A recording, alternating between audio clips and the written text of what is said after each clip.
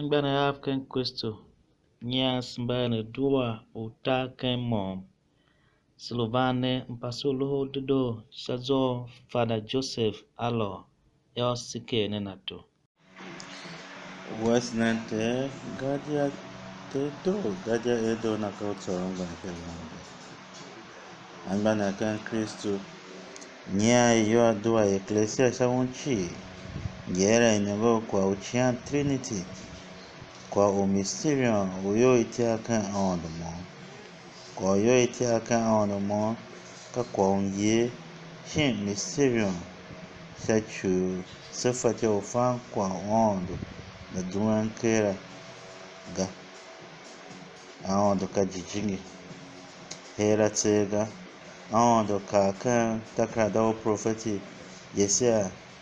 Tio Akunda Hagbe, Kautan. Itio anye ni zanzan utanka onye gadiamba he af kamba ene ga igbina yamba ka igbina yamba ka pe te akala gadia o shaveta shavegbe cha ata na ha ka pe igbina yamita ihembe igbina yamba bam he af ba vehemba ba ene jela itia ya ne fanen ne aondungumo mose aenge kan kwa orun hihi wase unyia ne na ha ba ai na masufase aondungumo Yesu Kristo tese mampase je aondungumo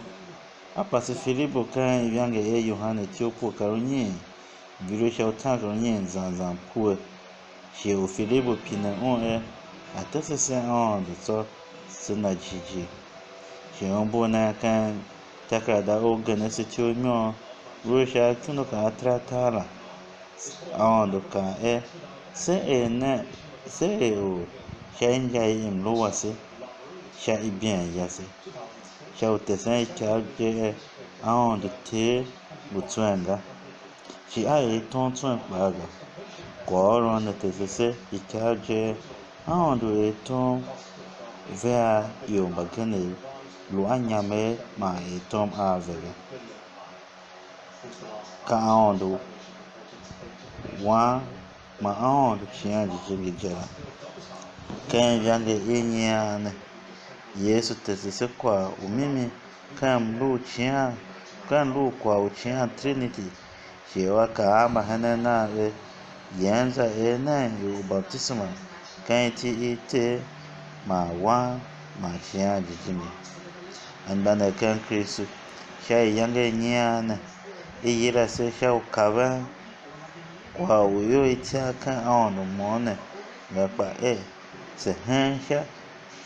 yetum yo itia kan ono mo ne anzu shi velo ta kan on mo na hampa kan meton ve pavluga ayosu paluga ve tron kan doshuma mamlumo ma anzu ma ajo zono ma a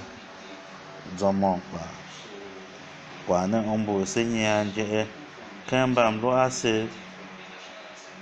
ijo ave ihemba kwa neshi ombo seje shin eselu ave kusu kanta wese o Nigeria na ha pa semba yonyo aon kasha na ha ma oti aka ka iten nyongo ogbara we fe ijo eva ni se na otema nyongo she were kwa gungu mo amba pa ma ayosi shio Aloo seba era na hayo seru kwa mo ke kwa ona hambasega wesnente Angbana African Crystal, Mulakalo Dido, Usungwashazo Father Joseph, Aloo Jena. Aloo ne Dido, Adua Do, Nongwavasi, Adosha.